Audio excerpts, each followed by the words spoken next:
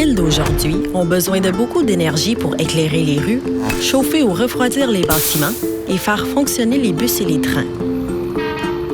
Lorsqu'elles consomment trop d'énergie, cela réchauffe la planète.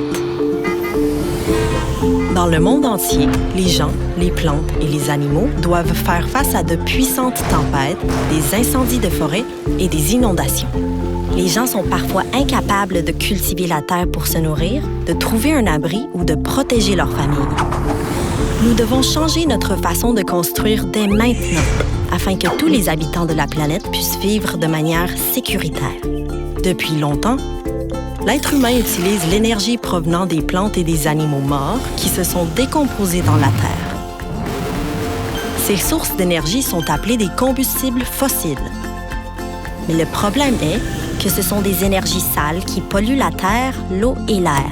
Nous ne pouvons pas en fabriquer davantage. Elles ne sont donc pas renouvelables. Lorsque les villes utilisent ces énergies sales, celles-ci libèrent dans l'air des gaz qui réchauffent la planète.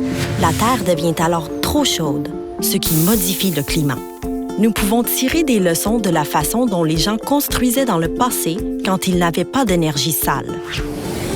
Ils ont créé des bâtiments qui s'adaptaient à leur climat tout en utilisant des matériaux naturels. Dans les climats froids et secs, les gens construisaient des bâtiments aux murs épais et aux petites fenêtres pour se protéger du froid. Dans les climats froids et humides, certains bâtiments ont des toits en pente recouverts d'herbes pour garder la chaleur. Dans les climats chauds et humides, certains toits sont en pente pour protéger les murs des bâtiments des fortes pluies. Dans les climats chauds et secs, des tours à vent aspirent l'air froid pour rafraîchir les bâtiments et des murs de terre épais absorbent la chaleur du soleil. Ainsi, les bâtiments adaptés au climat ont besoin de moins d'énergie pour fonctionner. Quels sont les autres moyens de concevoir de meilleures villes? Nous pouvons concevoir des villes plus denses, avec des bâtiments qui sont proches les uns des autres, pour que les gens puissent se déplacer à pied, à vélo, en autobus ou en métro.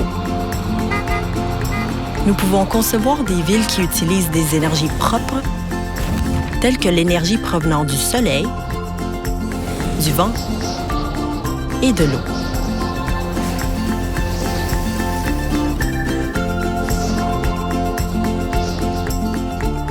La construction de meilleures villes nécessite la participation de tous. Peux-tu nous y aider?